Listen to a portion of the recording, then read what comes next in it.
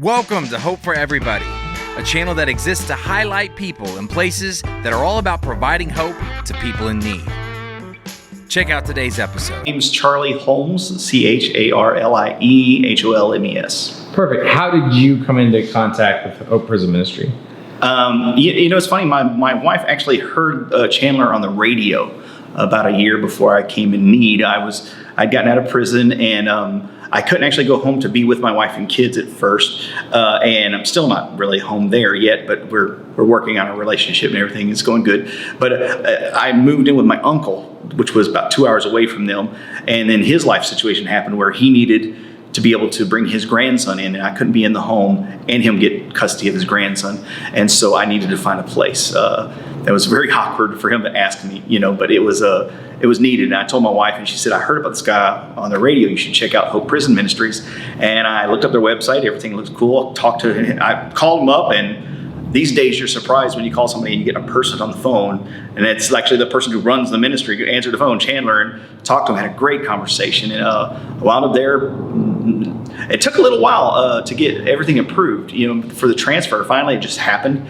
And then I was here and I had a job within a week, and everything's been working good I'm able to spend right now every weekend with my wife and kids. I'm still not living at home, but I'm there at least, 3 nights a week, spending time with them, which is amazing. And it's given me a place to do ministry. I get to work with the music and the sound and the website and everything here, and help out with my talents where I can. I even get to, my PO even lets me preach as long as there's, the conditions are right. So it's been a real blessing. Excellent. What about, now, are you affiliated with the houses here? You moved into the houses? Yeah, I actually live in one of the houses. So can you tell me a little bit about the benefits and why it's good, what you get out of it? Obviously I need a place to stay, but as Hope Prison Ministries aren't just a place to sleep. It's not just a halfway house like the others. There's a program involved, and so it's mostly self-directed. But he has these videos for us to watch, various different people that are just trusted teachers that we can watch their videos and learn, and we take notes. And he's got it kind of all scripted out for people. Used to be a house manager to help the new guys go through this stuff and help them sit down and watch the videos and take their notes and do their daily devotions and everything. And it really kind of helps people that haven't had any kind of discipleship yet in the Christian faith to understand it and start to try to reprogram their mind to think in the terms of a biblical worldview so that they can prevent them from having any kind of issues where they need to go back to prison. If somebody asked me why they should care to support this ministry, what would you tell them?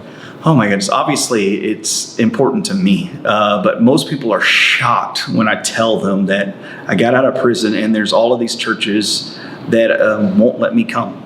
In fact, it's one of the things. Right when I first came, everybody that was in Hope Prison Ministries was required to go to church, and they go to church together. It's one church, and the church decided that I wasn't going to be allowed to come. Me and another guy that no more was going to be allowed to come into their prison, into their church, and it was just crazy, And I've met several that were like, "Oh, well, yeah, you'd be welcome." Yeah, except, and then there's some excuse. And so there's all kinds of places that they won't allow them to go. There's no place to go to church. There's no place to live. They won't, a lot of places won't hire you. You got people with a lot of education that can't get a job doing a very basic thing. And then you can't get a job. And I've had people tell me that I'm overqualified, so they won't hire me. And then I've had people say, well, you're not qualified enough because my qualifications are all in a certain area, so I can't do these other things because I don't have qualifications. I can't do the things I do because I'm overqualified, and because of my felony background, nobody else. And so it's like to have somebody who will say, look, I'm going to give you a place to live. If I have to put it in our name, put it in the ministry name, and then you guys can rent from the ministry or whatever, it gives us a place to stay, gives us a church home that we know we can come to. It's approved. If you're liking this content, don't miss out on future episodes. Like, subscribe, and hit the bell for notifications. Now back to the show. Already by parole and probation, everybody knows that this is an okay place to come. So we have a place to come and to be a part of something. It's great. It's not perfect. Perfect would we be with our families and going to church with our families and everything else. But until that happens, until Jesus comes back, the perfect won't really be here, But in the meantime, this is a great opportunity. So they should care, because if these people don't have anywhere to go, where are they going to wind up? Well, that actually has been my next question. if Hope Prison Ministries didn't exist, what would that mean for you, and what would that mean for other people? For a lot of people, it would mean they're on the street. Really, it would, or back in prison, because if you can't, if you're on parole or probation and you can't find a place to live, they just put you back in prison.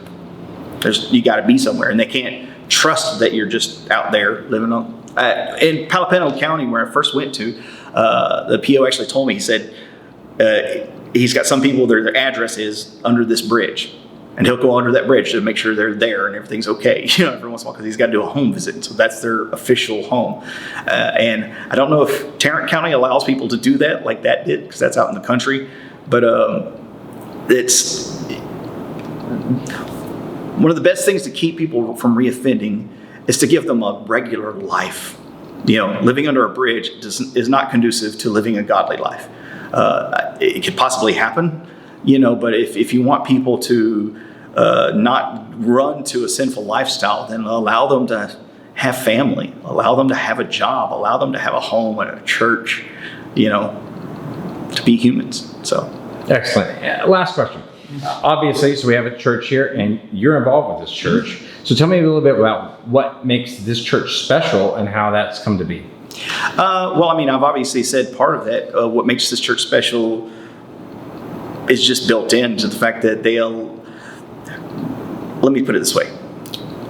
Jesus was ridiculed many times for embracing people. Literally embracing people that nobody else would come within 20 feet of. Lepers, he literally held them. Samaritans, he literally held them and touched them and hugged them and talked to them, ministered to them. And people who were horrible offenders that would come to his feet, and he would not put them away. Now, I always make the clarification here that he was not embracing people that wanted to continue in their sin. These were people who were repenting and coming to the cross, even though there wasn't a cross yet. They were coming to him for salvation, and he was embracing them. And what happens, unfortunately, a lot of times in the church is people say, well, Jesus might accept you, but I don't. And here at More Than Redemption Church, that's not the case. It doesn't matter what you've done. If Jesus embraces you, this church accepts you. You're here. If we have to figure out a way to make things work with everybody that's here and everything so that everybody can be together, we'll figure out a way to do that. If some people can't be around other people or whatever, we'll figure out a way to make that work. But you're not getting kicked out. This is a place for you. The only exception is if you want to continue in your sin again. If you want to do that, then no church should be comfortable with you just staying in there and continuing in your sin. The Bible's clear about that. But if you're turning away from your sin and to God, you're absolutely welcome here. So there's no other place I can go. Awesome. Well done. That's it. If you'd like to be a part of the show and tell us your story, please visit us online at hopeforeverybody.org.